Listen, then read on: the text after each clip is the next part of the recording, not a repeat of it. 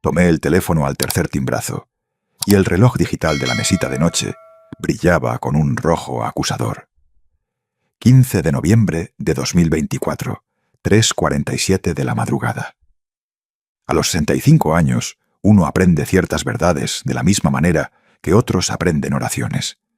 Y una de ellas es que un teléfono sonando entre medianoche y el amanecer nunca, jamás, trae buenas noticias. La casa estaba envuelta en esa clase de silencio invernal que solo llega cuando las montañas de Jalisco están cubiertas de escarcha y hasta el viento tiene miedo de hacer ruido. María estaba profundamente dormida a mi lado. La pequeña pastilla azul que se había tragado todas las noches desde 1992, haciendo su trabajo implacable, convirtiéndola en una estatua bajo el cobertor que nuestras madres habían cosido juntas el año que nació Diego. Mi mano encontró el auricular por pura memoria muscular. La misma mano que una vez atrapó pelotas de fútbol disparadas por un valiente niño de 10 años en la cancha de tierra que arreglaba cada diciembre detrás de nuestra casa en las afueras de Guadalajara. La misma mano que había firmado permisos escolares y secado lágrimas, y una vez, solo una vez, golpeó una mejilla adolescente con rabia ciega y estúpida la noche que todo terminó. Bueno, primero llegó la estática, un siseo frío y distante que sonaba exactamente como el viento arrastrando sus uñas por las rocas de la sierra. El mismo sonido que solía despertar a Diego cuando era pequeño y se metía en nuestra cama temblando, susurrando que los nahuales de las montañas estaban tratando de entrar. Después, la voz de una mujer, cuidadosa, profesional, pero con una corriente subterránea de algo frágil, como hielo a punto de quebrarse. ¿Es usted el señor Roberto Hernández? ¿Sí? Mi propia voz sonaba como grava derramada sobre vidrio roto. Mi nombre es doctora Elena Ramírez. Soy trabajadora social en el ala psiquiátrica del Hospital General de la Ciudad de México. Señor, le llamo por su hijo. Las palabras me golpearon como un puñetazo en el esternón. Mi hijo. Mi agarre se apretó tanto en el viejo auricular de plástico que crujió lo suficientemente fuerte en el silencio como para que María se moviera, murmurando algo que no pude entender. «Diego», dijo la doctora, más suave ahora, casi gentil. «Diego Roberto Hernández fue admitido hace 4 días después de lo que creemos fue una crisis disociativa severa con características psicóticas. Ahora está médicamente estable y no deja de pedir por usted. Solo por usted». María estaba completamente despierta ahora, sentada completamente erguida, los números rojos del reloj pintando su rostro del color de sangre fresca. 3:49. Me miró con ojos que no habían lucido verdaderamente vivos en 32 años. Ojos que habían aprendido a existir en lugar de vivir. Ojos que habían visto crecer a nuestros otros hijos, mientras siempre buscaban el fantasma del que perdimos. «Eso es imposible», dije, y las palabras rasparon mi garganta. «Mi hijo ha estado muerto durante 32 años. Lo enterramos. Tuvimos un funeral. Yo mismo cargué el ataúd». El silencio que siguió fue tan completo que pude escuchar mi propio latido, frenético y arrítmico, como un pájaro atrapado golpeándose contra el interior de mis costillas. Pude escuchar la respiración de María detenerse por completo. Pude sentir el aire en la habitación espesarse con una esperanza tan peligrosa que podría destruirnos a todos otra vez. «Sé lo completamente insano que esto debe sonar, señor», finalmente dijo la doctora Ramírez, y su voz se quebró lo suficiente para decirme que no estaba acostumbrada a hacer llamadas como esta, que en algún lugar de sus 18 años de trabajo social había aprendido el peso de las palabras y cómo podían resucitar a los muertos o enterrarlos más profundo. He estado haciendo este trabajo durante 18 años y nunca, ni una sola vez, he dicho estas palabras antes, pero el hombre en la habitación 718 tiene una marca de nacimiento en su omóplato izquierdo con la forma exacta de una estrella de 5 puntas. Dice que cuando tenía 4 años, usted lo cargó al baño en medio de la noche porque estaba gritando sobre monstruos debajo de la cama. Y que usted prendió la luz y le mostró la marca y le dijo que era su estrella de la suerte. Que le dijo que Dios la había puesto ahí para que sin importar qué tan oscura se pusiera la noche, sin importar qué tan lejos vagara, siempre pudiera encontrar el camino de regreso a casa con usted. Dejé de respirar. La habitación se inclinó hacia un lado. Tuve que agarrar el borde de la mesita de noche para no caerme de la cama, mis dedos clavándose en la madera tan fuerte que sentí una astilla atravesar mi palma. Pero no me importó. No podía importarme, porque el mundo se había partido por la mitad, y yo estaba cayendo a través de él. Esa historia nunca había salido de las 4 paredes de nuestra casa. La inventé en el momento esa noche, una invención desesperada para calmar a un niño aterrorizado, que sollozaba tan fuerte que se estaba enfermando. Era febrero de 1980, el invierno más frío que Guadalajara había visto en 20 años, y Diego tenía 4 años, y estaba convencido de que había nahuales con ojos rojos viviendo debajo de su cama, esperando arrastrarlo en el momento en que se apagaran las luces. Se había despertado gritando a las 2:17 de la madrugada, un sonido tan primitivo y aterrorizado que tanto María como yo golpeamos el suelo corriendo antes de estar completamente conscientes. Llegué a su cuarto primero. Abrí la puerta de par en par para encontrarlo parado en su cama, con su pijama del chapulín colorado, señalando las sombras debajo del marco de la cama con una mano temblorosa. Lágrimas corrían por su rostro, hipando tan fuerte que no podía recuperar el aliento. «Papá, están ahí, me están esperando. Puedo ver sus ojos, puedo escucharlos respirar». Lo levanté y se envolvió alrededor de mí como un monito bebé, rostro enterrado en mi cuello, todo su cuerpo temblando como una hoja en un huracán. María revisó debajo de la cama con una linterna mientras yo lo cargaba por el pasillo, pasando el baño donde guardaba su toalla favorita azul con patitos, pasando el armario de la ropa blanca que siempre olía a lavanda, hacia el baño principal donde la luz del techo era la más brillante de la casa. Lo puse en el mostrador junto al lavabo, sus pies descalzos fríos contra el mármol, y levanté la parte de atrás de su pijama. Ahí estaba, una marca de nacimiento del color del vino, del tamaño de un peso, 5 puntas irradiando desde el centro, como el dibujo de una estrella hecho por un niño. La había notado el día que nació. La había trazado con mi dedo mientras dormía en la cunita del hospital. Me había preguntado si se desvanecería mientras creciera. No lo hizo.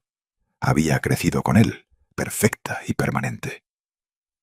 «Mira, mijo», susurré, mi propia voz temblando porque tenía 29 años, y no tenía idea de cómo pelear contra monstruos invisibles. No tenía entrenamiento en matar los demonios que vivían en la imaginación de un niño. «Esa es tu estrella de la suerte. ¿La ves? Dios te la dio especial, solo para ti. La puso ahí en tu espalda, para que siempre la tuvieras contigo. ¿Y sabes qué hacen las estrellas de la suerte?»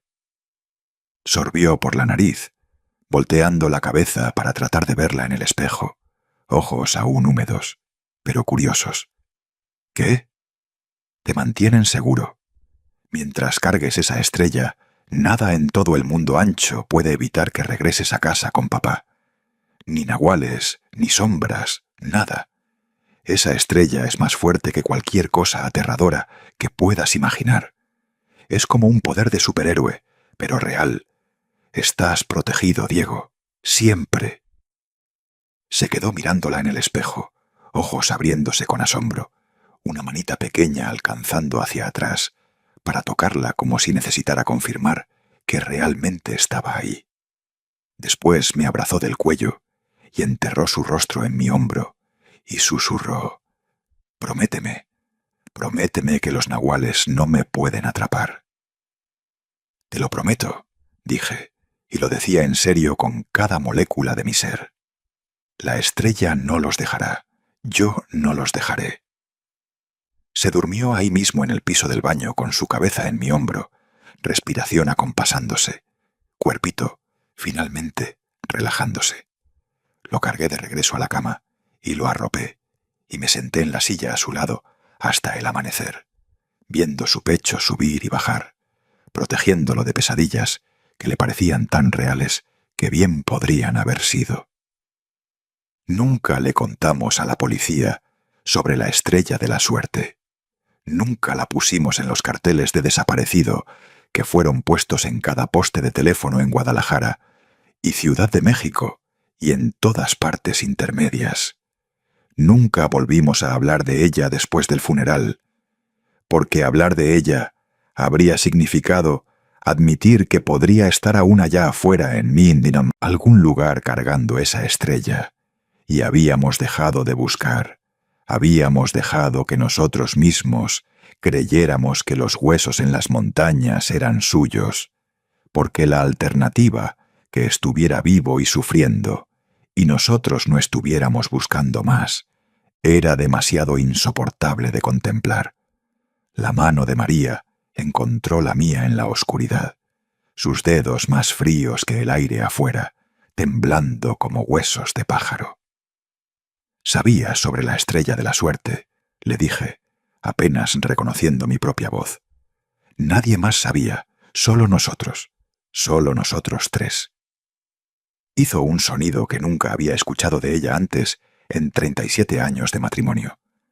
Algo entre un grito y una oración, y un sollozo que venía de tan profundo dentro de ella, que sonaba como si la estuviera desgarrando desde adentro. Después se bajó de la cama, moviéndose más rápido de lo que se había movido en décadas, jalando ropa de los cajones, con manos temblorosas, que seguían tirando cosas, calcetines, camisas, sus lentes para leer que cayeron sonando al piso de madera dura. Ya me estaba poniendo jeans y botas, sin molestarme con calcetines, sin molestarme con nada, excepto llegar a la Ciudad de México, llegar a la habitación 718, llegar a lo que quedara de mi hijo. «Voy en camino», dije al teléfono, y colgué antes de que la doctora Ramírez pudiera tratar de prepararme más, antes de que pudiera decirme todas las maneras en que podría estar roto, todas las maneras en que 32 años podrían destruir a una persona. El viaje tomó 5 horas y 43 minutos puerta a puerta. Conté cada minuto como un hombre contando cuentas de rosario, como si cada número fuera una oración que lo mantendría real, lo mantendría vivo, lo mantendría de desaparecer antes de que pudiera alcanzarlo. La carretera estaba casi desierta. Solo el ocasional tráiler, rugiendo al pasar con sus luces, cortando la oscuridad previa al amanecer, y venados congelados en nuestros faros como estatuas, ojos reflejando de regreso a mí, llenos de algo que parecía acusación. No prendí la radio. María se sentó rígida en el asiento del pasajero, manos dobladas en su regazo, como si estuviera en la iglesia, labios moviéndose en oración silenciosa o recitación silenciosa de su nombre. No pude distinguir cuál.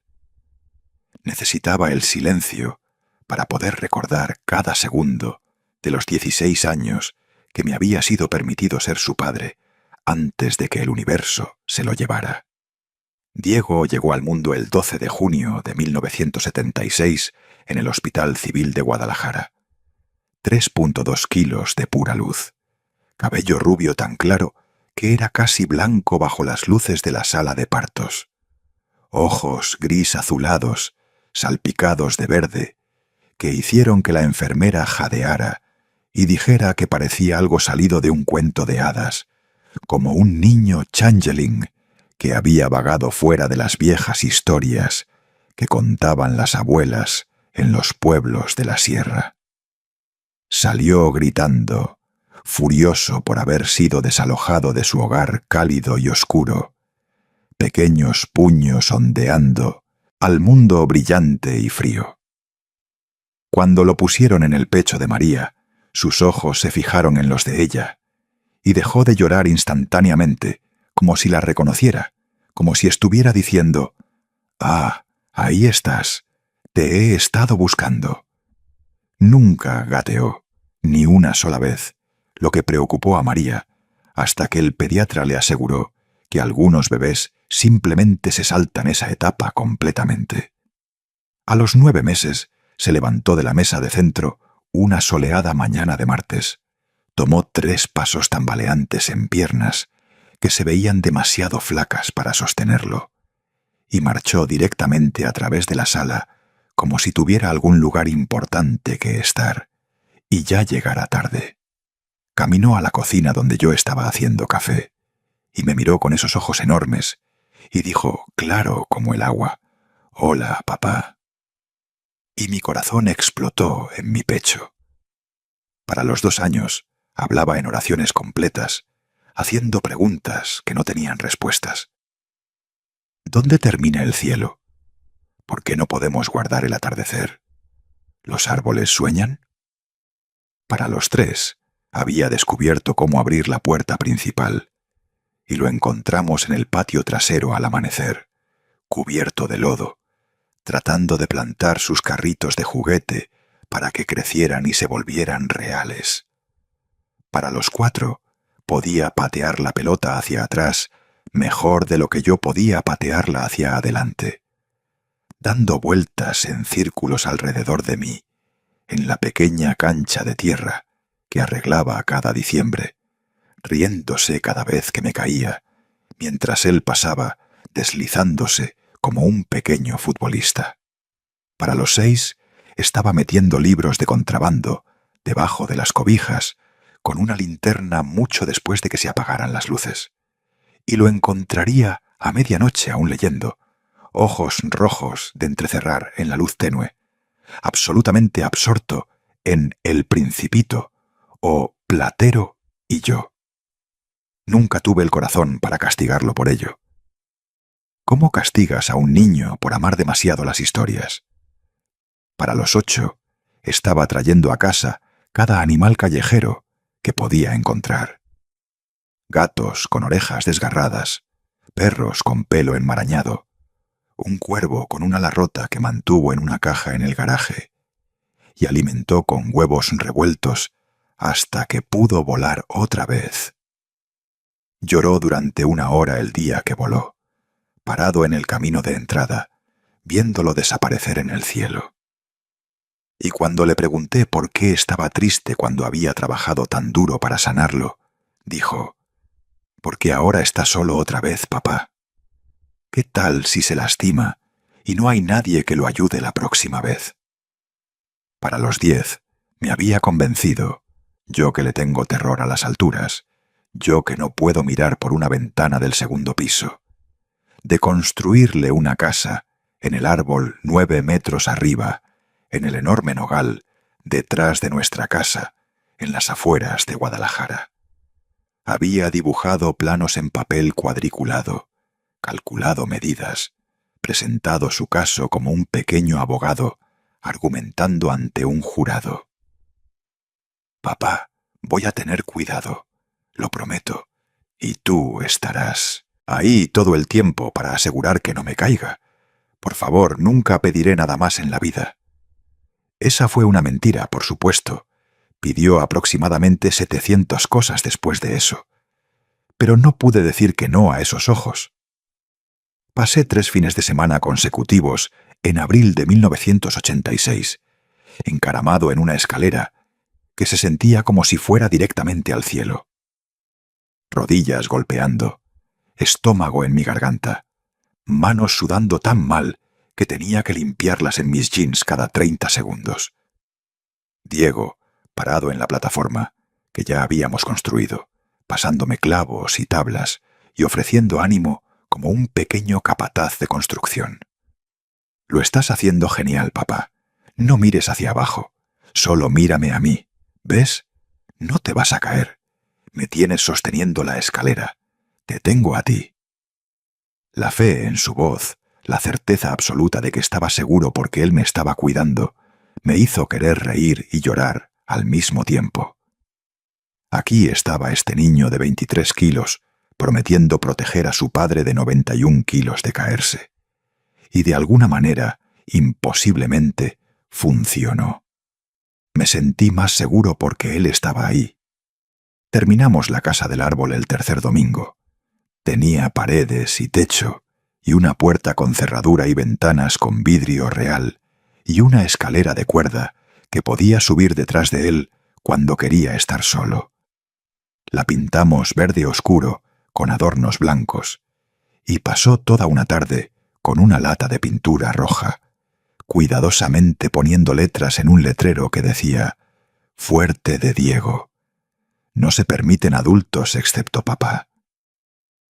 Durmió ahí afuera todos los fines de semana ese verano, envuelto en una bolsa de dormir, linterna entrenada en cualquier libro que estuviera leyendo esa semana. Yo lo vigilaba desde la ventana de la cocina, viendo la luz brillando en la casa del árbol como un pequeño faro, y sentía un amor tan abrumador por este niño extraño, maravilloso, valiente, que físicamente dolía, como si mi pecho fuera demasiado pequeño para contenerlo todo. Era valiente de la manera que solo los niños que nunca han sido verdaderamente lastimados pueden ser valientes. Saltó del trampolín alto en la alberca comunitaria cuando tenía 7 años. Se subió a la copa del gran fresno en el patio de la escuela cuando tenía 9. Rogó ir en cada juego aterrador en Six Flags cuando tenía 11. Pero también era gentil de una manera que parecía casi imposible para un niño. Lloraba en las películas tristes, dejaba comida para los gatos ferales que vivían detrás del súper, gastaba su domingo en regalos de cumpleaños para niños en la escuela cuyas familias no tenían mucho dinero. Cuando tenía 12 años, un niño más grande llamado Marcos comenzó a hacer bullying a un niño llamado David, que tenía paladar hendido y hablaba con ceceo. Diego llegó a casa con un ojo morado y nudillos ensangrentados. Cuando le pregunté qué había pasado, se encogió de hombros y dijo: Marcos estaba siendo malo con David. Alguien tenía que hacer que parara. Castigué por pelear, pero lo llevé por el lado después y le dije que estaba orgulloso de él por defender a alguien que no podía defenderse a sí mismo. Me sonrió con esa sonrisa torcida, la que podía sacarlo de problemas 9 veces de cada 10, y dijo: «Eso es lo que hacen los papás, ¿verdad? Proteger a la gente». «Eso es exactamente lo que hacen los papás», dije, y le revolví el cabello y esperé que siempre fuera así de amable, así de valiente, así de bueno. A los 13 comenzó a hacer preguntas sobre sexo e identidad y sentimientos que aún no podía nombrar completamente. María y yo tropezamos a través de esas conversaciones, tratando de ser abiertos y de apoyo, incluso cuando no entendíamos completamente lo que estaba tratando de decirnos. Llegó a casa de la escuela un día y preguntó muy quedito si era posible que a un niño le gustaran otros niños, de la manera que a la mayoría de los niños les gustan las niñas. Recuerdo bajar el periódico que estaba leyendo y mirarlo, realmente mirarlo, viendo el miedo en sus ojos, la manera en que sus manos temblaban ligeramente. Recuerdo pensar: esto es importante, Este es uno de esos momentos que van a moldear en quien se convierte. No la cagues. Sí, dije simplemente. Es absolutamente posible y es absolutamente normal. Estalló en lágrimas ahí mismo en la mesa de la cocina, y lo abracé mientras lloraba y dijo: «Pensé que algo estaba mal conmigo. Pensé que estaba roto». «No estás roto», le dije ferozmente. «Ni siquiera estás agrietado. Eres exactamente quien se supone que eres, y te amo exactamente como eres. ¿Me escuchas?» Asintió contra mi hombro y susurró: «Te escucho, papá». A los 14 se cortó el cabello corto y se lo tiñó con mechas y comenzó a usar delineador de ojos que hacía que sus ojos se vieran enormes. Algunos de los vecinos hablaron, pero no me importó. Era feliz. Se estaba convirtiendo en él mismo.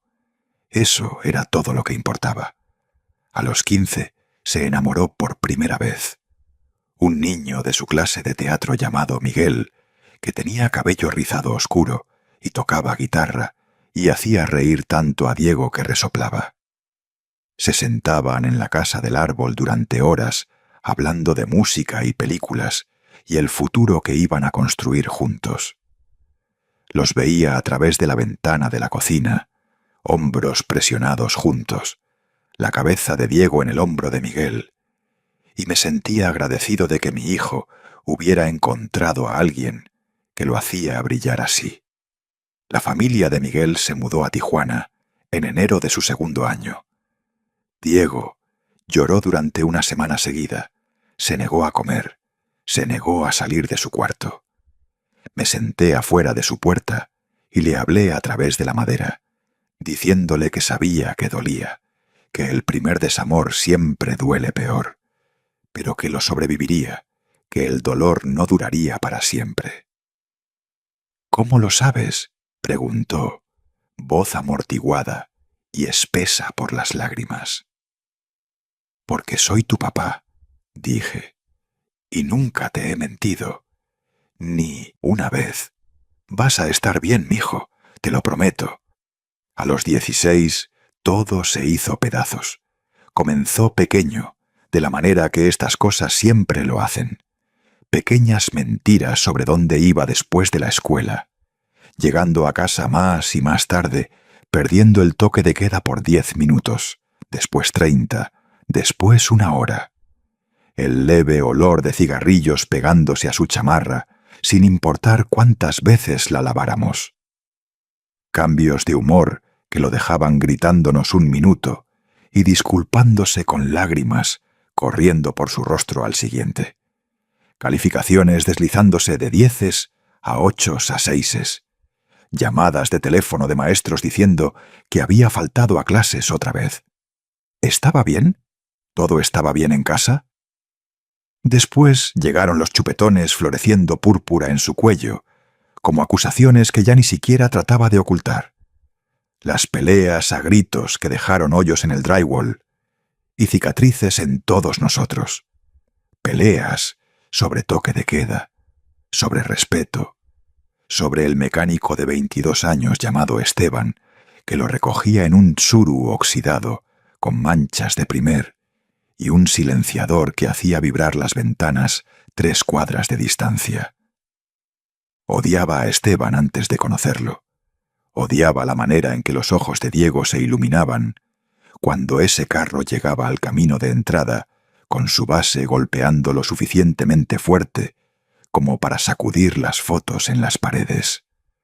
Odiaba la manera en que mi hijo se me estaba resbalando entre los dedos como agua, y no sabía cómo agarrarlo sin romperlo, sin empujarlo más lejos.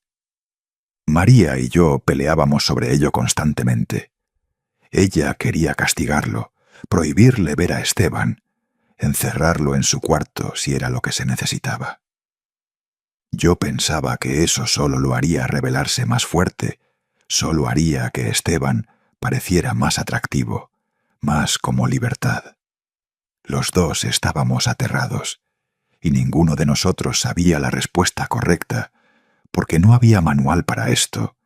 No había guía de cómo salvar a un niño que se estaba ahogando justo enfrente de ti, pero se negabas a agarrar el salvavidas que le estabas lanzando.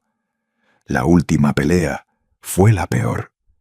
Era una noche de viernes en octubre de 1992, fría y clara, el tipo de noche donde las estrellas se veían lo suficientemente cerca como para tocarlas.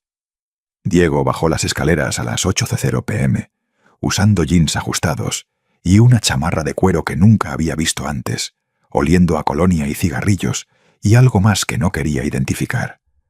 Agarró sus llaves del gancho junto a la puerta y dije: «¿A dónde crees que vas?» «Salir. ¿Salir a dónde? ¿Importa?» Su voz era filosa, defensiva, ya buscando pelea. «Sí, importa. Tienes 16 años y vives en mi casa, y tengo derecho a saber a dónde vas y con quién vas a estar. Voy con Esteban. Vamos a pasar el rato, eso es todo. Regreso a medianoche». «No», dije, y escuché qué tan dura sonaba mi voz, qué tanto sonaba como si estuviera imponiendo la ley en lugar de tratar de tener una conversación. «No vas a ningún lado esta noche. Estás castigado». «¿Castigado?», se rió agudo y amargo. «¿Por qué? ¿Por faltar al toque de queda 3 veces esta semana? ¿Por faltar a la escuela? ¿Por mentirnos a mí y a tu madre? ¿Por actuar como si no existiéramos a menos que necesites dinero o una ventona a algún lado? ¿Debo seguir?» Su rostro se puso rojo. «No entiendes nada. No sabes lo que es ser como yo. Vivir en este pueblo donde todos te ven y te juzgan. Cuida tu lenguaje en mi casa. No es tu casa, es una prisión». Estaba gritando ahora, manos apretadas en puños a sus lados. «No te importo. Solo te importa controlarme, asegurar que me convierta en algún hijo perfecto, que haga todo lo que tú quieres». «Eso no es cierto, y lo sabes. Todo lo que hacemos es porque te amamos, porque estamos tratando de mantenerte seguro». «No necesito que me mantengas seguro. Ya no soy un niño». «Entonces deja de actuar como uno». Yo también estaba gritando ahora, todo mi miedo y frustración desbordándose. ¿Quieres que te traten como un adulto? Entonces actúa como uno. Muestra algo de responsabilidad. Muestra algo de respeto por la gente que te ha dado todo. No pedí nacer. No pedí nada de esto. Las palabras colgaron en el aire entre nosotros como humo. María estaba parada en la entrada de la cocina, manos sobre su boca, lágrimas corriendo por su rostro. Andrés y Miguel, de 9 y 6 años, estaban asomándose por la esquina con ojos anchos y asustados. «Si sales por esa puerta», dije, voz baja y peligrosa, «puedes olvidarte de regresar». No sé por qué lo dije. No lo decía en serio. Solo estaba tan enojado, tan asustado, tan desesperado por hacer que entendiera que se estaba destruyendo y nos estaba llevando con él. Pero en el momento en que las palabras salieron de mi boca, quise arrebatárselas de vuelta, quise tragarlas, quise rebobinar el tiempo por 10 segundos y decir algo, cualquier cosa diferente. Diego me miró durante un largo segundo, con esos ojos gris azulados, llenos de dolor y rabia y traición, y algo más que no pude nombrar, algo que se veía casi como alivio, como si finalmente le hubiera dado permiso de irse y nunca mirar atrás. «Perfecto», dijo quedito, «¿me voy?» Se volteó y salió, y cerró la puerta tan fuerte que las ventanas vibraron, y la foto de nosotros 5 en Six Flags se cayó de la pared, y el vidrio se hizo pedazos en 1000 piezas en el piso de madera dura. Me quedé ahí parado mirando el vidrio roto, nuestras caras sonrientes, atrapadas detrás de las grietas, y escuché el sonido del carro de Esteban rugiendo hacia la noche. Nunca regresó a casa. Me senté en la mesa de la cocina hasta que salió el sol, esperando el sonido de su llave en la cerradura, diciéndome que en cualquier momento regresaría, que se disculparía, o yo me disculparía, o ambos nos disculparíamos, y todo estaría bien otra vez. Ensayé las palabras. Diría: lo siento, no lo dije en serio. Siempre puedes volver a casa. Te amo. Por favor, perdóname. La llave nunca giró. María llamó a sus amigos la mañana siguiente. Ninguno lo había visto. Llamamos al apartamento de Esteban y no hubo respuesta. Para el domingo estábamos llamando a hospitales y estaciones de policía. Para el lunes presentamos un reporte de persona desaparecida. Para el martes, su rostro estaba en cada poste de teléfono en Guadalajara. La policía dijo que probablemente era un fugitivo, que la mayoría de los adolescentes regresaban a casa dentro de 72 horas, que no nos preocupáramos demasiado aún. Pero sabía, algún instinto profundo en mis tripas sabía, que las 72 horas se convertirían en 72 días, se convertirían en 72 meses. Y él aún no caminaría de regreso por esa puerta. La investigación se enfrió dentro de semanas. El detective asignado a su caso, una mujer cansada llamada Sarah Chen, con ojos amables y tos de fumadora, dijo que habían hecho todo lo que podían, pero no había pistas, no había testigos, no había evidencia de crimen, o incluso evidencia de que se hubiera subido al carro de Esteban esa noche. Esteban juró que nunca se había aparecido, que había esperado en la parada del autobús en Avenida Revolución hasta medianoche, y después se había ido a casa solo. La policía le creyó. Yo nunca lo hice. Pusimos carteles con la cara de Diego, sonriendo desde cada superficie que pudimos encontrar. Tableros de anuncios de supermercados, postes de teléfono, paradas de autobús, patios de comida de centros comerciales. Desaparecido, Diego Roberto Hernández, edad 16, cabello rubio, ojos gris azulados, 1,70 m, 65 kilos, visto por última vez el 30 de octubre de 1992. Si tiene cualquier información, por favor llame. María los copió por cientos en la imprenta, gastando dinero que no teníamos, porque ¿qué más podíamos hacer? Las llamadas telefónicas que recibimos fueron peores que el silencio. Gente alegando haberlo visto en Tijuana, en Ciudad de México, en Los Ángeles. Gente diciendo que lo habían visto subiéndose a carros con hombres extraños. Gente diciendo que habían visto un cuerpo que podría ser suyo en el río, en un callejón, en las montañas. Seguimos cada pista. Cada una no llevó a ningún lado. Los meses se convirtieron en un año. Un año se convirtió en 2. Celebramos el cumpleaños número 10 de Andrés sin él. Miguel comenzó primer grado sin que su hermano mayor estuviera ahí para caminar con él a la parada del autobús. María dejó de dormir. Yo dejé de sentir cualquier cosa excepto un dolor sordo donde mi corazón solía estar. Encontraron huesos en abril de 1995 en las montañas cerca de Tonalá, como 1 hora al este de Guadalajara. Hombre, aproximadamente 16 a 18 años. Chamarra de cuadros rojos, similar a la que Diego había estado usando ese invierno, aunque para entonces estaba tan deteriorada que realmente no se podía distinguir. Cartera conteniendo una credencial de biblioteca y una identificación escolar que podrían haber sido suyas o podrían haber sido de cualquiera. El plástico estaba deformado y la foto estaba demasiado dañada por agua para distinguir rasgos. Registros dentales listados como inconcluyentes, pero probable coincidencia, porque aparentemente incluso los huesos mienten cuando han estado en el suelo demasiado tiempo. La detective Chen nos llamó en una mañana de martes en mayo y dijo: «Lo siento tanto.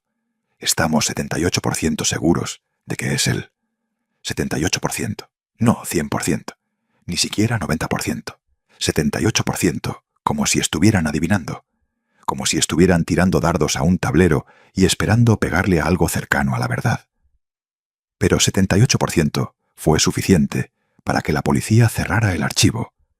suficiente para que los periódicos imprimieran su foto una última vez con el titular «Adolescente local presunto muerto», suficiente para que la compañía de seguros procesara el reclamo, suficiente para que la gente dejara de preguntarnos cómo nos estaba yendo y comenzara a decir lo mucho que sentían nuestra pérdida, con ese tono particular, que significa que ya siguieron adelante y esperan que tú hagas lo mismo. Suficiente para que enterráramos un ataúd vacío en un día frío y gris en mayo, mientras María gritaba al viento hasta que se le fue la voz, y Andrés y Miguel, de 11 y 8 años, me agarraron las manos tan fuerte que mis dedos se entumecieron durante horas después. Envejecí 20 años el día que bajamos esa caja vacía al suelo. Sentí mi cabello volverse gris entre el amanecer y el atardecer. Sentí mi corazón calcificarse en algo duro y muerto. Sentí que lo que quedaba del hombre que solía ser desapareciera en la misma tumba donde pretendimos enterrar a nuestro hijo. Los años después de eso son un borrón. Nos movimos a través de ellos como fantasmas, María y yo, hablando solo cuando era necesario, tocándonos solo por accidente, durmiendo en la misma cama, pero a millas de distancia. Andrés y Miguel crecieron en una casa que había olvidado cómo ser feliz. Yo iba al trabajo todos los días en la oficina de seguros, movía papeles, asistía a juntas, pretendía que me importaban las proyecciones trimestrales y las tasas de retención de clientes. María se ofreció como voluntaria en la iglesia, organizó ventas de pasteles, le sonrió a gente que le preguntaba cómo estaba y decía, «Bien, gracias. ¿Y tú?» Nunca hablamos de Diego excepto en tiempo pasado. Nunca dijimos su nombre si podíamos evitarlo. Empacamos su cuarto y cerramos la puerta, y pretendimos que había solo 4 personas en nuestra familia, en lugar de 5. Era la única manera de sobrevivir. Y ahora esto. Ahora, la voz de la doctora Elena Ramírez, en el teléfono a las 3:47 de la madrugada, diciendo lo imposible. Está vivo, está aquí, está preguntando por ti. Me estacioné en el garage del Hospital General de la Ciudad de México, justo cuando el sol se arrastraba sobre el Valle de México, pálido e indiferente, y del color de hueso viejo. El hospital se alzaba sobre nosotros, todo vidrio y concreto, y luces fluorescentes que nunca se apagaban. La mano de María encontró la mía a través de la consola central y apretó, y me di cuenta de que ambos estábamos temblando. «¿Qué tal si no es él?», susurró. «Entonces nos vamos a casa», dije. «¿Qué tal si sí es él?». «Entonces no». Nos sentamos ahí otros 5 minutos, ninguno de nosotros dispuesto a abrir la puerta del carro y hacer esto real. Finalmente me forcé a moverme, a desabrochar mi cinturón de seguridad, a salir al aire frío de la mañana que olía a escape y café y el lago seco.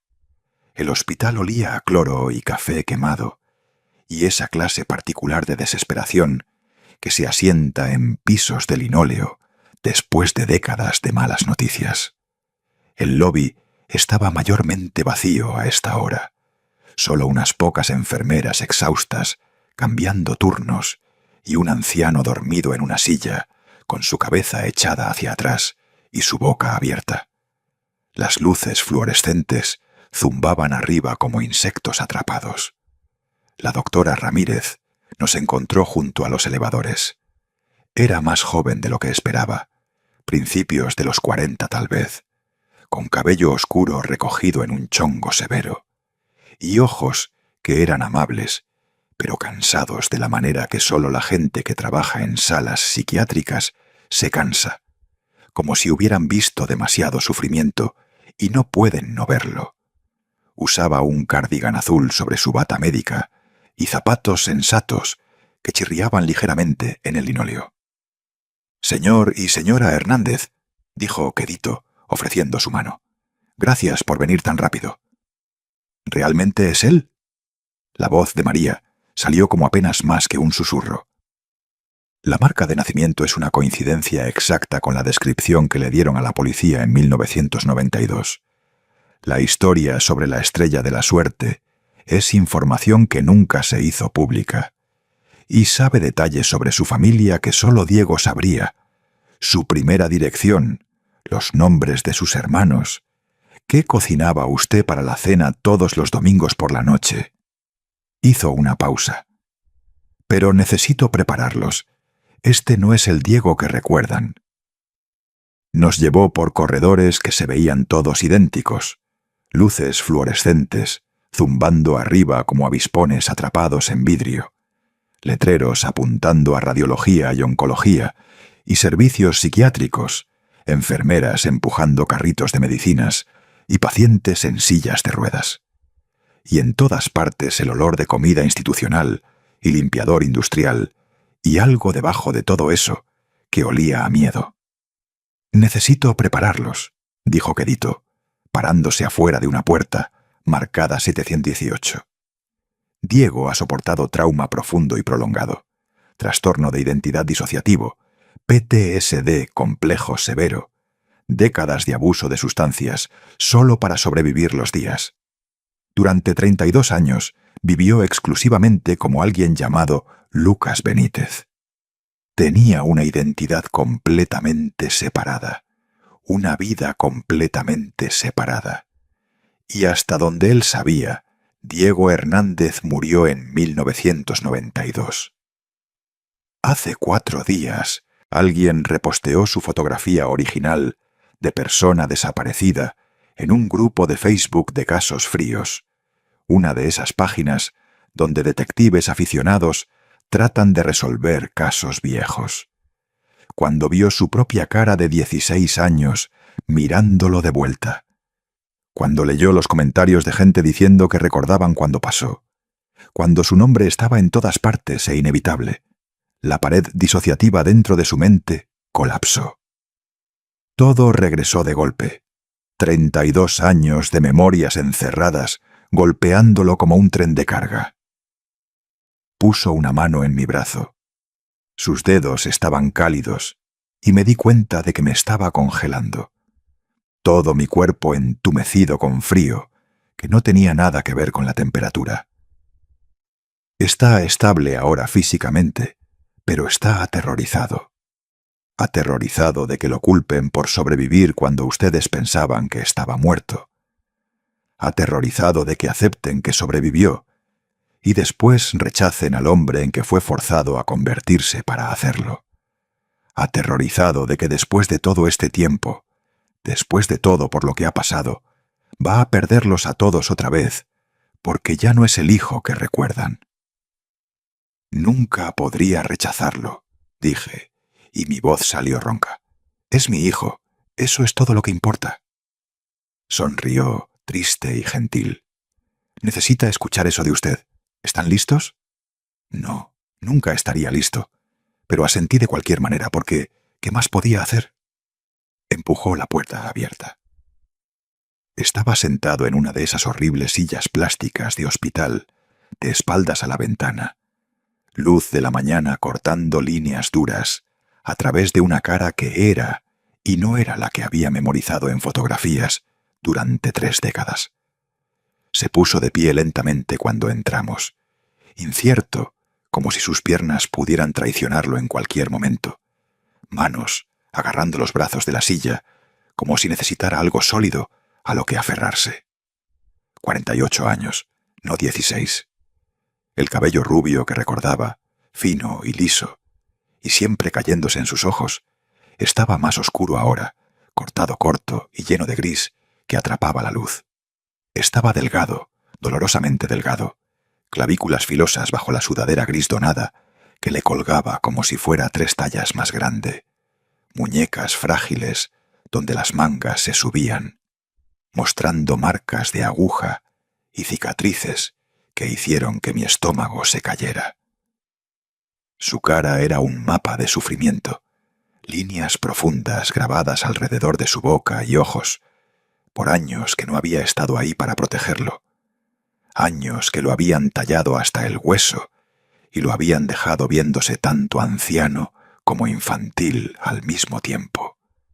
Sus manos temblaban ligeramente a sus lados, dedos moviéndose de la manera que solían cuando estaba nervioso antes de un gran juego de fútbol, antes de un examen para el que no había estudiado, antes de cualquier cosa que lo asustara. Pero los ojos, santo Dios, los ojos eran de Diego. Gris azulados, atravesados con esas inconfundibles motas verdes como pedazos de vidrio marino. Los mismos ojos que habían mirado hacia mí cuando tenía 4 años y preguntó dónde terminaba el cielo. Los mismos ojos que se habían iluminado cuando abría regalos en las mañanas de Navidad. La misma chispa desafiante, parpadeando incluso ahora, cuando claramente estaba aterrorizado. Papá. Una palabra, una sílaba. Su voz era diferente, más ronca, más profunda, dañada por años de cigarrillos, y Dios sabe qué más. Pero la manera en que la dijo, la inflexión particular, la esperanza y el miedo entretejidos, eso era exactamente lo mismo que la última vez que me había llamado así hace 32 años. Y 32 años colapsaron dentro de mi pecho como una estrella muriendo. Crucé la habitación en 3 pasos y lo jalé a mis brazos tan fuerte que lo levanté del piso, lo que fue fácil porque no pesaba nada. Nada en absoluto, como si estuviera hecho de papel y aire y dolor viejo. Se puso rígido instantáneamente, cada músculo bloqueándose de la manera que uno lo hace cuando ha aprendido por las malas que el toque puede doler, que brazos alrededor puede ser el preludio a la violencia, que ser abrazado puede significar ser atrapado. Su respiración se atascó, y por un segundo pensé que se iba a alejar, que iba a correr, que iba a desaparecer otra vez antes de que pudiera descifrar cómo mantenerlo. Después, algo se quebró abierto dentro de él y se dobló completamente, cara enterrada en mi hombro, manos agarrando mi chamarra, cuerpo sacudido con sollozos que sonaban como si estuvieran siendo arrancados de él desde las suelas de sus pies, profundos y desgarradores y desesperados.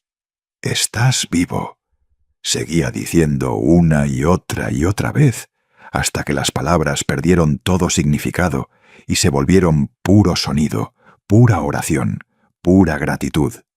«Estás vivo, estás vivo, estás vivo, gracias a Dios que estás vivo». Detrás de mí, escuché a María hacer un sonido como si todo el aire hubiera sido golpeado fuera de sus pulmones. Y después estaba ahí también, brazos alrededor de los dos, llorando tan fuerte que no podía respirar, diciendo su nombre como un mantra. «Diego, Diego, Diego, oh mi niño, regresaste a casa, regresaste a casa». Permanecimos unidos hasta que la doctora Ramírez cerró la puerta quedito para darnos privacidad. E incluso entonces no nos soltamos por mucho tiempo.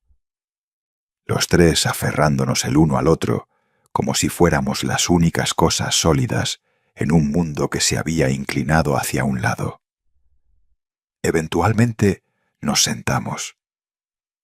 Diego en la silla plástica, María y yo en el borde de la cama del hospital, lo suficientemente cerca para tocarlo, pero sin acorralarlo, sin hacerlo sentir atrapado. Sus manos temblaban tan mal que tuvo que juntarlas en su regazo. Sus ojos seguían yéndose a la puerta como si estuviera calculando rutas de escape. «No sé por dónde empezar», dijo finalmente, voz apenas arriba de un susurro. «Empieza donde sea», dije. «Empieza al principio, empieza al final, empieza en Mimerchinton. El medio. No importa, no nos vamos a ningún lado». Así que nos contó. Nos contó todo, pedazo por terrible pedazo, en una voz que empezó apenas arriba de un susurro y se volvió más firme conforme pasaron las horas. Como si decir las palabras en voz alta fuera el primer paso hacia quitarles su poder, hacia hacer del pasado algo que le había pasado, en lugar de algo que aún le estaba pasando en su cabeza todos los días. Se había bajado del autobús en Avenida Revolución esa noche en 1992, llorando tan fuerte que apenas podía ver la banqueta frente a él. Furioso con Esteban por razones que no quería contarnos. Furioso conmigo por las últimas palabras que le había gritado. Furioso consigo mismo por todas las mentiras y los secretos y la persona en que se estaba convirtiendo. Hacía frío, dijo. Tan frío que sus lágrimas se congelaron en sus mejillas y sus dedos se entumecieron, incluso metidos profundo en los bolsillos de su chamarra. Una mujer se le acercó afuera de un Oxxo, cara amable, voz cálida, tal vez de 50 años, con cabello gris y una sonrisa gentil. Dijo que tenía un hijo de su edad. Dijo que se veía como si pudiera usar una bebida caliente y un lugar silencioso para sentarse hasta que se calmara. Dijo que su carro estaba a la vuelta de la esquina y estaría feliz de llevarlo a casa después, sin problema, sin juicio. Recordaba subirse a su carro. Recordaba que el interior olía a ambientador de vainilla y había una taza de café en el portavasos y música suave sonando en la radio. Recordaba que le preguntó si quería hablar sobre lo que fuera que lo había puesto tan alterado. No recordaba nada después de eso, hasta que despertó en una casa, con ventanas tapadas con tablas y puertas con candados. Su cuerpo doliendo de maneras que aún no entendía. Su ropa se había ido y fue reemplazada con las cosas de otra persona que no le quedaban bien.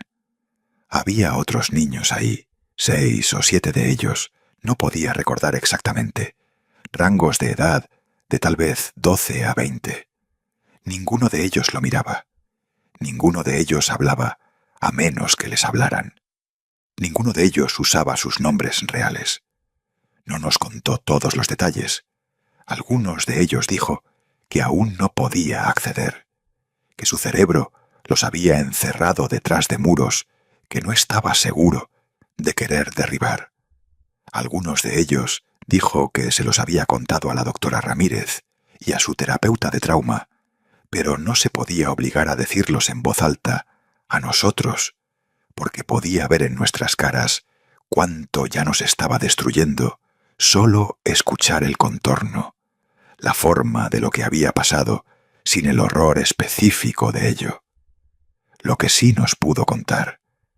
Había jeringas, drogas de las que no sabía los nombres que hacían que los días se difuminaran juntos, hacían que el tiempo dejara de significar algo.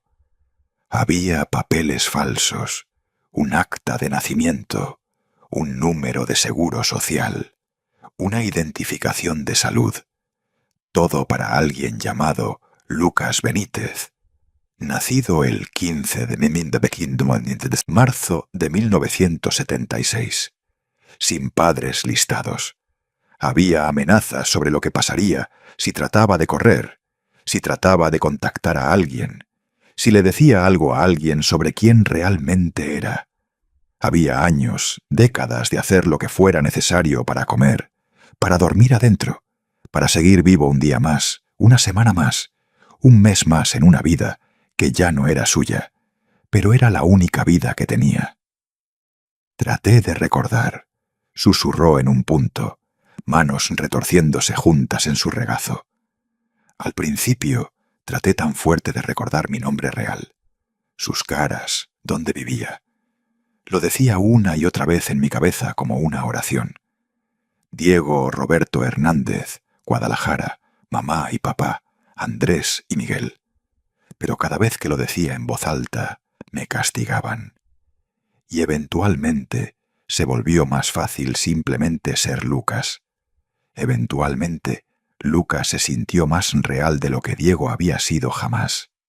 Eventualmente, comencé a preguntarme si Diego era algo que había soñado, una vida de fantasía que había inventado para escapar de la que realmente estaba viviendo. Las memorias habían comenzado a filtrarse de regreso hace unos 6 años, dijo. Pequeños destellos al principio. El olor de hot cakes de chocolate los domingos por la mañana, contra ventanas verdes golpeando en el viento.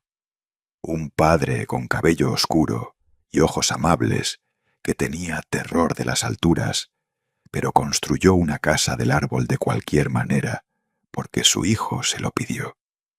Una madre que cantaba mientras lavaba los platos. 2 niños pequeños que lo seguían como si fuera la persona más interesante del mundo. Comenzó a tener pesadillas donde estaba gritando por alguien llamado Roberto, gritándole que viniera a ayudar, que viniera a salvarlo. Despertaría llorando con el nombre en sus labios y no tendría idea de quién era Roberto o por qué sentía que perderlo era lo peor que había pasado jamás. Pero no me dejé creerlo, dijo, voz quebrándose. No podía, porque si me dejaba creer que había una familia allá afuera, en algún lugar que me había amado, que tal vez aún me estaba buscando, después tendría que enfrentar el hecho de que había sobrevivido convirtiéndome en otra persona, dejando que Diego muriera para que Lucas pudiera vivir. Y eso se sentía como la peor clase de traición. Pero después, hace 4 días, estaba navegando por Facebook durante su hora de almuerzo. Había estado trabajando como lavaplatos en un restaurante en Polanco, nos dijo, apenas ganando salario mínimo, pero era trabajo honesto y lo mantenía ocupado. Y alguien con quien había ido a la preparatoria había compartido una publicación de un grupo de casos fríos, personas desaparecidas de los 1990s. Y ahí, en el medio de una cuadrícula de caras, estaba su propio yo, de 16 años, mirándolo de regreso. Diego Roberto Hernández, desaparecido desde el 30 de octubre de 1992. Visto por última vez en Guadalajara, Jalisco. Familia aún buscando respuestas. Tiró su teléfono, comenzó a hiperventillar. Uno de los cocineros lo encontró en el piso de la cocina, teniendo lo que pensaron que era una convulsión. Pero en realidad era cada memoria que había encerrado por 32 años, regresando toda de una vez, como una presa rompiéndose. Diego y Lucas chocaron dentro del mismo cráneo y casi se destruyeron el uno al otro. Recordé todo, dijo, y su voz se quebró completamente. Todo. La pelea que tuvimos, las cosas que dijiste, las cosas que dije. Salir por la puerta, subir al autobús, y después nada. Y después Lucas. 32 años de Lucas. Y no sabía cuál de nosotros era real. No sabía si era Diego pretendiendo ser Lucas, o Lucas pretendiendo ser Diego, o si alguno de nosotros había existido realmente. Nos miró, y su cara estaba tan cruda, tan devastada, que quise juntarlo y cargarlo a casa, y nunca dejar que el mundo lo tocara otra vez. Pensé que los había soñado, susurró. Pensé que ustedes eran el sueño, y Lucas era la única cosa que era real. Pensé que si alguna vez me dejaba creer que ustedes eran reales, me desmoronaría completamente. No te estás desmoronando, dijo María alcanzando su mano. Se encogió, pero no se alejó. Te estás volviendo a juntar. Estás regresando a casa. ¿Qué tal si no sé cómo? Su voz era tan pequeña, tan asustada. ¿Qué tal si ya no puedo ser Diego? ¿Qué tal si Lucas es todo lo que queda? Entonces amamos a Lucas también, dije, y lo decía en serio con cada célula de mi cuerpo. Amamos a quien seas ahora. Amamos a quien tuviste que convertirte para sobrevivir. Eres nuestro hijo. Esa es la única cosa que importa. Comenzó a llorar otra vez, quedito esta vez, lágrimas corriendo por su rostro, mientras miraba nuestras manos, como si no pudiera creer completamente que fuéramos reales. Nos quedamos en esa habitación de hospital durante 8 horas. La doctora Ramírez nos trajo café y sándwiches que ninguno de nosotros comió. Diego nos contó lo que podía soportar contar, y nosotros le contamos lo que había pasado en los 32 años que había estado ausente. Andrés graduándose de preparatoria y universidad y casándose, Miguel convirtiéndose en maestro, los nietos que no había sabido que existían.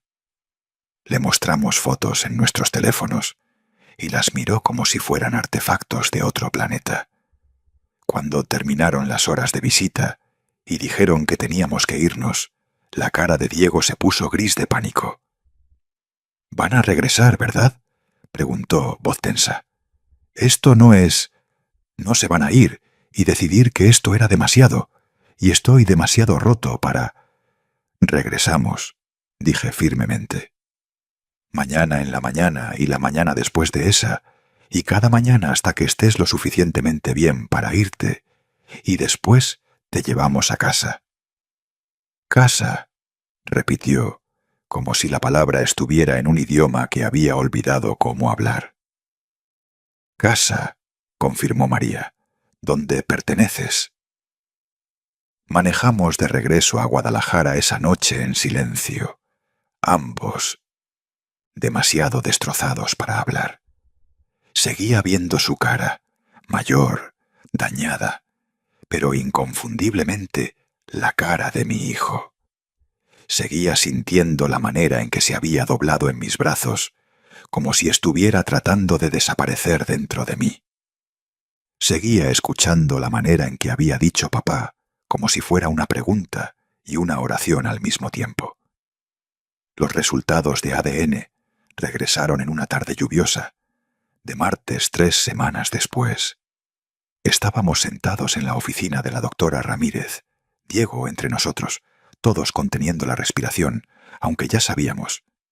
Los huesos que habíamos enterrado en 1995 pertenecían a un niño llamado Mateo Chen, desaparecido de Ecatepec desde 1994. Otra familia finalmente tenía respuestas. Otra familia pudo enterrar a su hijo de verdad. Lloré por ellos en el estacionamiento del hospital, incluso mientras agradecía a Dios de rodillas por el milagro que había decidido darnos en su lugar. Diego fue dado de alta del ala psiquiátrica después de 6 semanas. No podía regresar a la casa de huéspedes donde Lucas había vivido. Demasiados triggers, demasiadas memorias de una persona que estaba tratando de integrar en lugar de borrar. Le rentamos un pequeño departamento de 1 cuarto en la colonia Roma, en Ciudad de México, lo suficientemente cerca de sus doctores y su grupo de apoyo, pero lo suficientemente lejos de Avenida Revolución, que no tenía que ver la parada del autobús donde todo comenzó cada vez que salía de casa. El departamento era pequeño, realmente solo un estudio, con una cocina americana y un baño y un cuarto grande que servía como recámara y sala y todo lo demás. Pero tenía una ventana grande que daba a un árbol de jacaranda que se volvía morado cada primavera, y buena luz y pisos de madera que crujían cuando caminabas, pero de alguna manera hacían que el lugar se sintiera habitado en lugar de vacío. María pintó las paredes del amarillo mantequilla más pálido que pudo encontrar. Un color que dijo le recordaba la luz del sol de temprano en la mañana. Colgó cortinas blancas que se movían con cualquier brisa como fantasmas diciéndole «Hola». Armé muebles de IKEA con la misma palabrota creativa que había hecho cuando los muchachos eran pequeños, solo que ahora mis rodillas sonaban más fuerte que las llaves Allen, y necesitaba lentes para leer para ver los diagramas de instrucciones. Llenamos el lugar con cosas que se sentían seguras, mantas suaves, plantas difíciles de matar, libros de la biblioteca, una cafetera, un tostador, platos básicos y cubiertos. Nada demasiado, nada que se sintiera como presión, nada que dijera esto es quien se supone que seas ahora. Solo un espacio que decía, Estás seguro aquí. Puedes descifrar quién eres aquí. Esperaremos. Los primeros meses fueron caminar en la cuerda floja sobre el infierno. Diego insistía en que lo llamáramos Diego. Dijo que necesitaba reaprender cómo responder a ese nombre. Necesitaba hacer que se sintiera real otra vez. Llamaba a las 4:17 de la madrugada más veces de las que puedo contar. A veces estaba teniendo flashbacks. A veces estaba teniendo pesadillas. A veces simplemente no podía recordar dónde estaba y necesitaba escuchar mi voz para orientarse de regreso a 2024, de regreso a Ciudad de México, de regreso a la seguridad. Papá, escuché pasos en las escaleras. Pensé que venían de regreso por mí. Papá, no puedo recordar si hoy es real o si aún estoy soñando. Papá, lo siento. Sé que es tarde. Solo necesitaba escuchar tu voz. Necesitaba saber que aún estás ahí. Me quedaba en la línea hasta que salía el sol cada vez, contándole cada historia ridícula de la infancia que podía recordar. Cualquier cosa para basarlo en la realidad de quien había sido antes de Lucas, para recordarle que Diego Hernández era una persona real que había sido amada y aún era amada. Le contaba sobre la vez cuando tenía 7 años y trató de teñirse el cabello rosa con tang, porque quería verse como un rockero que había visto en la televisión, y terminó viéndose como algodón de azúcar durante una semana hasta que se lavó. Le contaba sobre la vez que decidió probar una capa de superhéroe hecha de la sábana mejor de María, saltando de la plataforma de la casa del árbol, y cómo se rompió el brazo. Y cómo lo cargué al carro, mientras sollozaba, y seguía diciendo: «Realmente pensé que podía volar, papá. Realmente pensé que funcionaría». Le contaba sobre cada cumpleaños, cada Navidad, cada martes ordinario que se volvió extraordinario solo porque él estaba en él. Le contaba sobre la familia que estaba esperando para reintegrarlo. Sobre hermanos que lo recordaban aunque habían sido pequeños cuando se fue. Sobre sobrinas que estaban emocionadas de conocer a su tío. Sobre una madre que nunca había dejado de poner un lugar extra en la mesa por si acaso. Terapia 3 veces por semana con la doctora Miriam Cohen, una mujer diminuta, de apenas 1,5 metros, con cabello gris acero, cortado corto, y ojos oscuros fieros e paciencia infinita. Se especializaba en trauma complejo y trastornos disociativos. Algunas sesiones dejaban a Diego tan destrozado que llegaba a casa y vomitaba hasta que no quedaba nada más que arcadas secas. Después pasaba 3 días envuelto en la manta azul que María había tejido para él, la misma que había empezado a hacer cuando estaba desaparecido, la que había terminado y guardado en su baúl de esperanza durante 32 años, mirando al techo como si pudiera ver directamente a través de él hacia 1992. «¿Qué ves?», le pregunté una vez, sentándome en el piso junto a su cama. «Todo», susurró. «Todo lo que pasó, todo lo que hice para sobrevivir, todo lo que he perdido». La doctora Miriam dijo que esto era normal, que la recuperación del trauma no era lineal, que habría días buenos y días terribles, y días cuando se sintiera como si se estuviera moviendo hacia atrás. Dijo que lo más importante era que siguiera apareciendo, siguiera haciendo el trabajo, siguiera eligiendo vivir, pero lentamente, dolorosamente, lentamente, también había días buenos, días que comenzaron a ensartarse juntos, como cuentas en un collar que todos teníamos miedo de mencionar en voz alta, por si lo maldecíamos. Días donde llamaba solo para charlar, para contarme sobre un libro que estaba leyendo, o una cosa graciosa que había visto en la calle. Días donde se encontraba con Andrés y Miguel para café, y llegaba a casa sonriendo, diciendo: «Son buena gente», Ojalá los hubiera conocido por más tiempo. En mayo rastreamos a Esteban. Tomó algo de trabajo detectivesco. Un amigo del grupo de apoyo de Diego ayudó. Resultó que era bueno encontrando gente que no necesariamente quería ser encontrada. Pero lo localizamos en Tlalnepantla, trabajando como gerente en un autozón, casado con una mujer llamada Sofía, 3 hijos de 18, 15 y 12 años. Diego insistió en conocerlo. Insistió en hacer las preguntas que lo habían atormentado. ¿Por qué no apareciste esa noche? ¿Sabías lo que me iba a pasar? ¿Alguna vez trataste de encontrarme? Nos encontramos en una cafetería en Satélite, territorio neutral, lo suficientemente público para sentirse seguro, pero lo suficientemente silencioso para hablar. Esteban entró viéndose como si hubiera envejecido 100 años. Tenía 55 ahora, pero se veía mayor, la culpa grabada en cada línea de su rostro. Cuando vio a Diego, dejó de caminar, una mano saliendo a agarrar el respaldo de una silla, como si necesitara apoyo para mantenerse de pie. «Jesucristo», susurró, «¿realmente eres tú?» Se sentaron uno frente al otro en una mesa de esquina, mientras Sofía y yo y Gabriel nos sentamos en una mesa diferente, lo suficientemente cerca para intervenir si era necesario, pero lo suficientemente lejos para darles privacidad. «Esperé», dijo Esteban, y estaba llorando antes de terminar la oración. «Juro por Dios, Diego, esperé por ti hasta después de medianoche. Nunca llegaste. Llamé a tu casa y no hubo respuesta.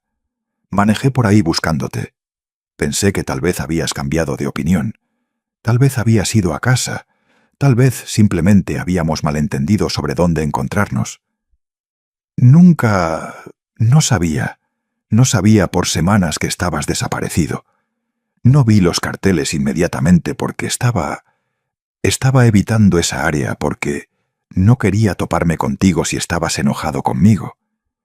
Y para cuando me di cuenta de que algo estaba mal, había pasado casi un mes, y tenía tanto miedo de que si salía a la luz, pensarían que tenía algo que ver. Tenía 22 años y era gay, y estaba saliendo con alguien de 16, y pensé que me arrestarían, pensé que me culparían. Así que me quedé callado, y me he odiado cada día desde entonces. Diego escuchó sin hablar, rostro ilegible. Cuando Esteban terminó, el silencio se extendió tanto que pensé que tal vez Diego se había disociado otra vez, había ido a algún lugar dentro de su cabeza donde no podía escucharnos. Después, dijo quedito, «No te perdono por no salir a la luz, eso fue cobardía. Pero no te culpo por no estar ahí esa noche. Esa no fue tu culpa. Y no te culpo por lo que me pasó después. Tú no me salvaste, pero tampoco me destruiste. Solo eras una persona defectuosa y asustada igual que yo». Se puso de pie, y Esteban se puso de pie también. Y por un segundo pensé que tal vez se abrazarían o se darían la mano o algo. En lugar de eso, Diego simplemente lo miró a los ojos y dijo, «Ve y vive tu vida, Esteban. Sé un buen esposo, sé un buen padre. Haz que signifique algo que pueda seguir adelante cuando yo no pude. Eso es todo lo que quiero de ti». Después salió. Vomitó en el estacionamiento después, temblando tan fuerte que Gabriel tuvo que sostenerlo. Pero algo cambió dentro de él ese día. Un peso se levantó solo un poco, lo suficiente para respirar un poco más fácil. Una pieza más del pasado puesta a descansar. Julio trajo el shock más grande de todos. Diego había estado poniéndose progresivamente más saludable, ganando peso, finalmente durmiendo mejor, teniendo más días buenos que malos. Había empezado a ser voluntario en un jardín comunitario, en su vecindario.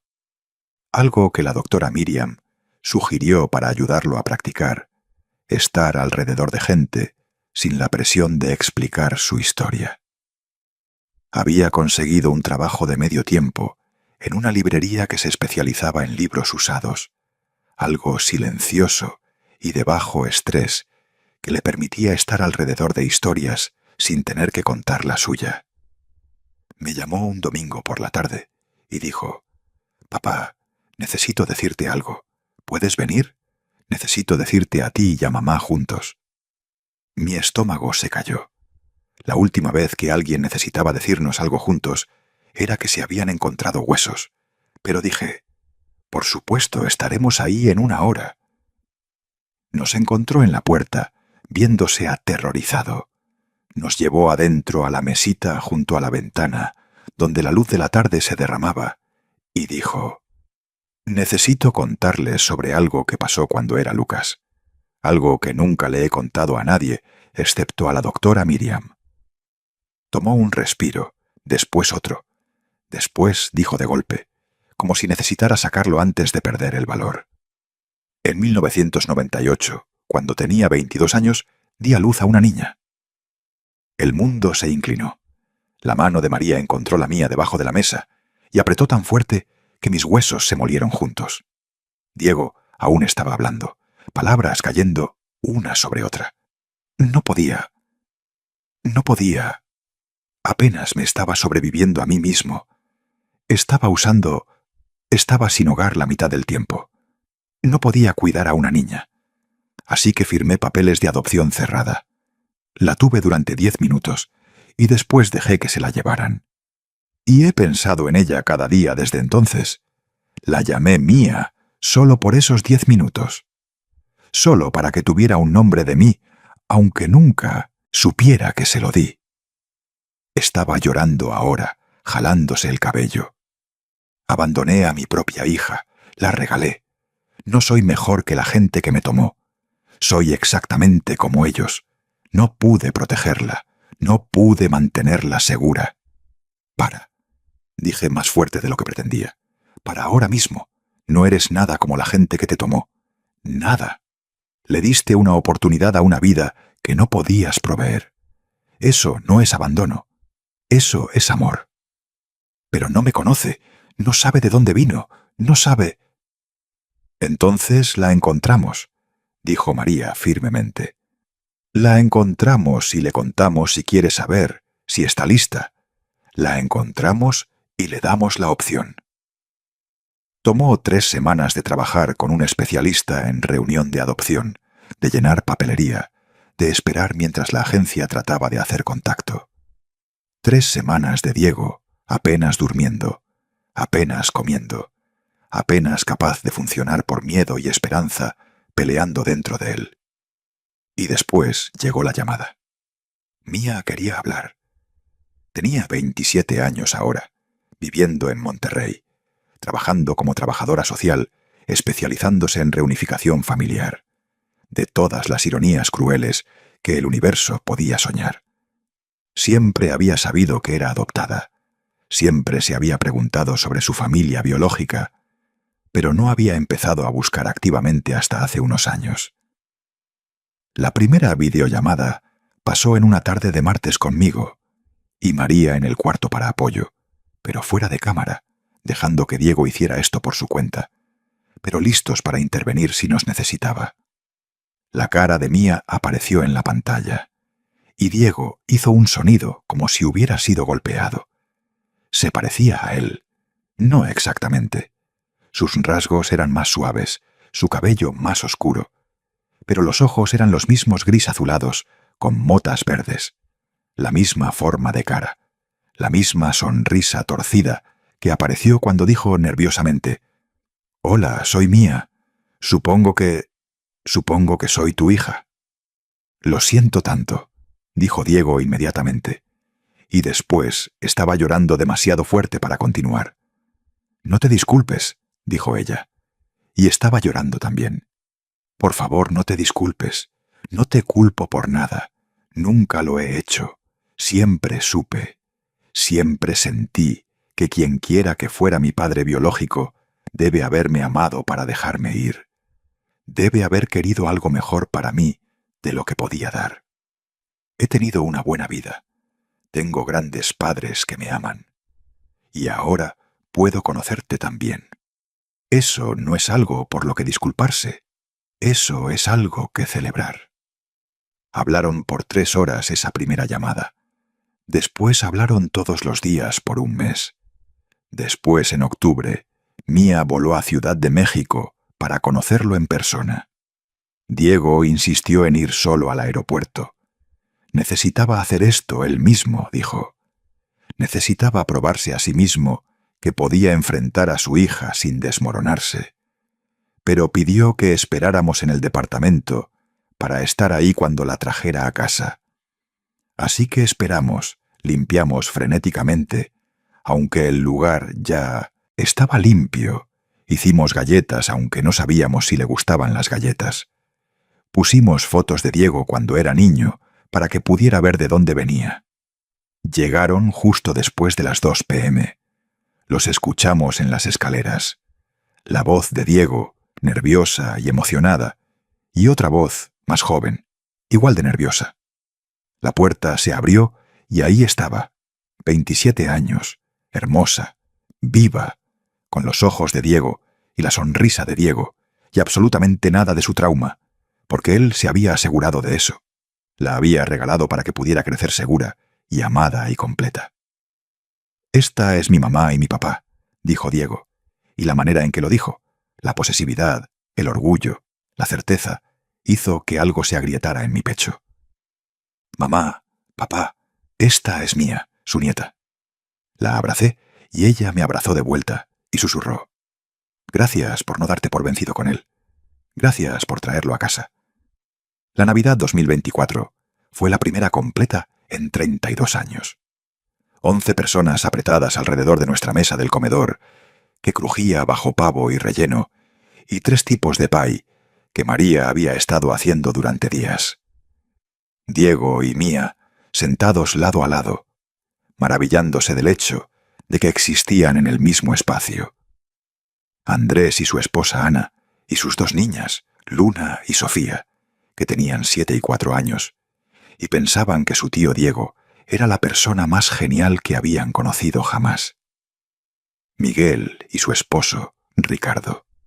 Gabriel, quien había llegado a significar todo para Diego, de la manera silenciosa de la gente que no necesita palabras para entenderse. Dijimos la bendición, algo que no habíamos hecho en años, y miré alrededor de la mesa a esta familia imposible que había estado rota y de alguna manera milagrosamente se estaba cosiendo de vuelta. «Estoy agradecido», dijo Diego cuando fue su turno, voz espesa de emoción. «Estoy agradecido de estar aquí. Estoy agradecido de estar vivo. Estoy agradecido por todos ustedes. Estoy agradecido de que los milagros sean reales». «Amén», dijimos todos juntos. En febrero de 2025, Diego caminó a la oficina de la doctora Miriam para su cita regular del jueves y salió 2 horas después, viéndose conmocionado y aterrorizado y radiante de felicidad todo a la vez. Me llamó inmediatamente.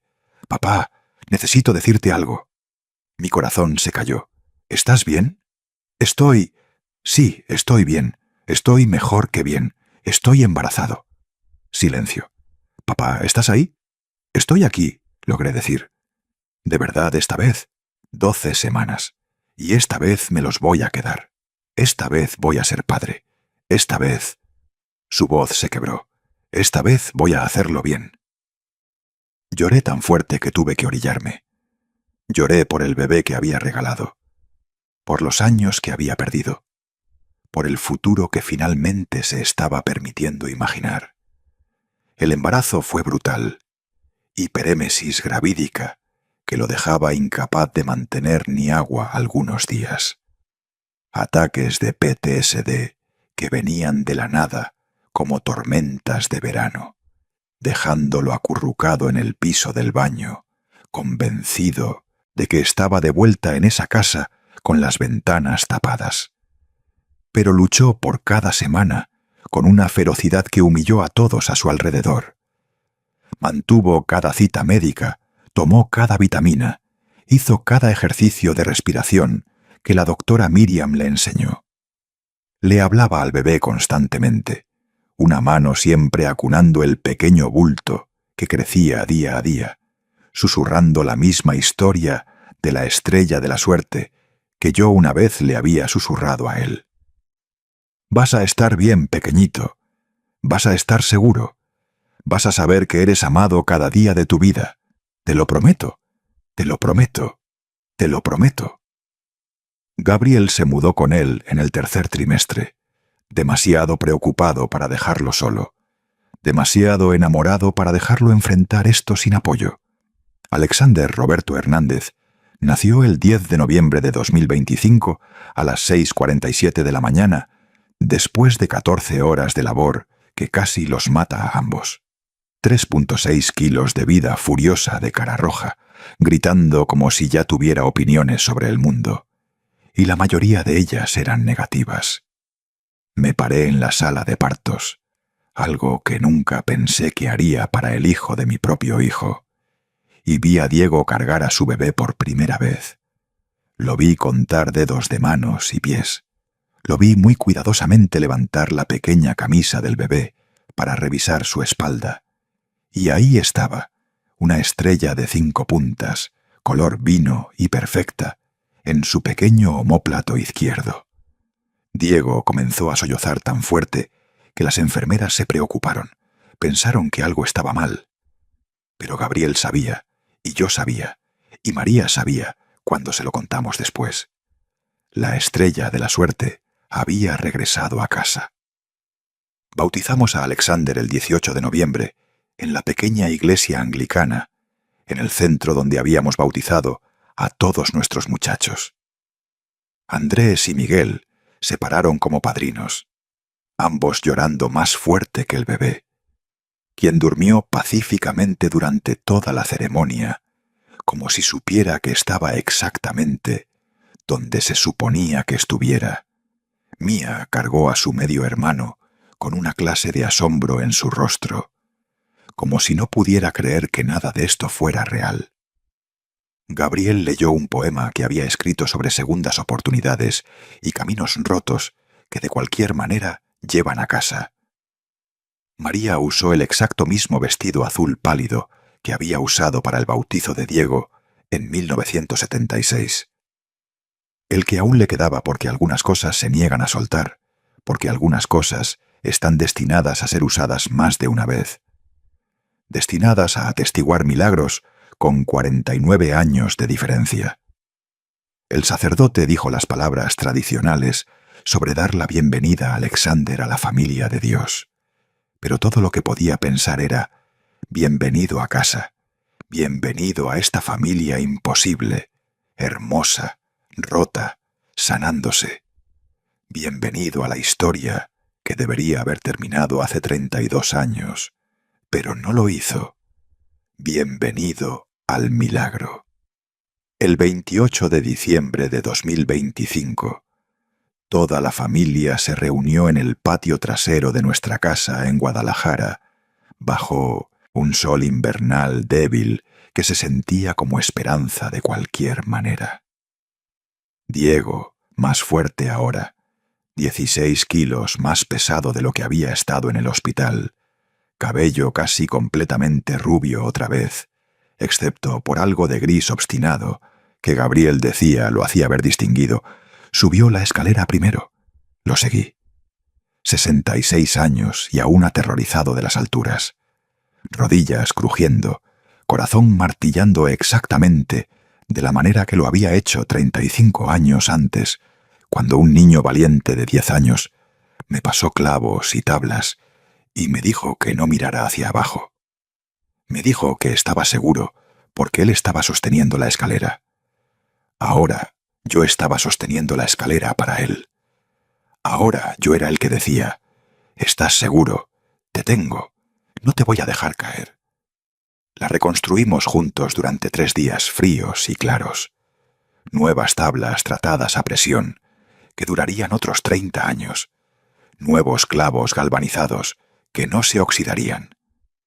Nueva capa de pintura verde bosque, con letras blancas cuidadosas, que Diego pintó él mismo, mientras estaba parado en la plataforma, lengua entre los dientes en concentración, de la misma manera que solía hacer su tarea. Fuerte de Diego, todos bienvenidos. Agregamos una escalera apropiada esta vez, para que nadie tuviera que arriesgar la escalera de cuerda, y una trampilla y un columpio colgando de la rama más fuerte.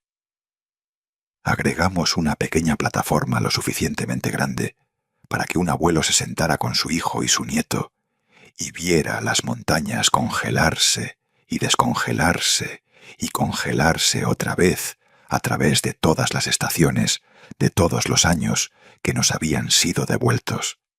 Cuando terminamos, manos frías, espaldas doloridas, pero corazones llenos, nos sentamos lado a lado en la plataforma principal, piernas colgando sobre el borde como solíamos, mirando hacia las montañas que me habían visto perderlo, y ahora me veían recuperarlo.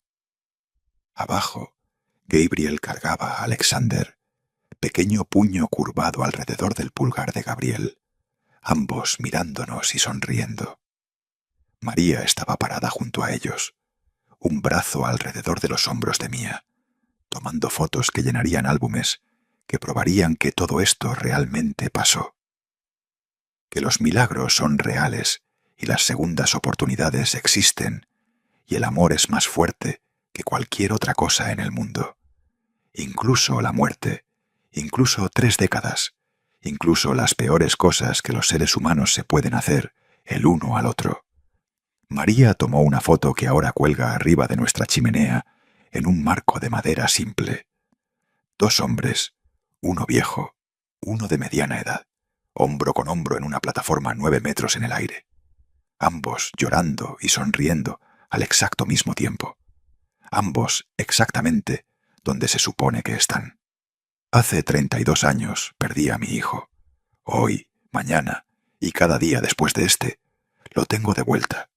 Con cicatrices, diferente, cargando heridas que nunca sanarán completamente, pero vivo y luchando y amado y en casa. Y nadie, ninguna oscuridad, ningún pasado, ningún miedo, ninguna fuerza en este mundo o cualquier otro me lo volverá a quitar jamás, nunca más. Esta es mi promesa, esta es mi oración. Esta es mi verdad, nunca más. Si esta historia tocó tu corazón, no olvides suscribirte al canal para más historias que demuestran que los milagros existen y que el amor verdadero siempre encuentra el camino a casa. Porque en un mundo lleno de oscuridad, necesitamos recordar que la luz siempre regresa.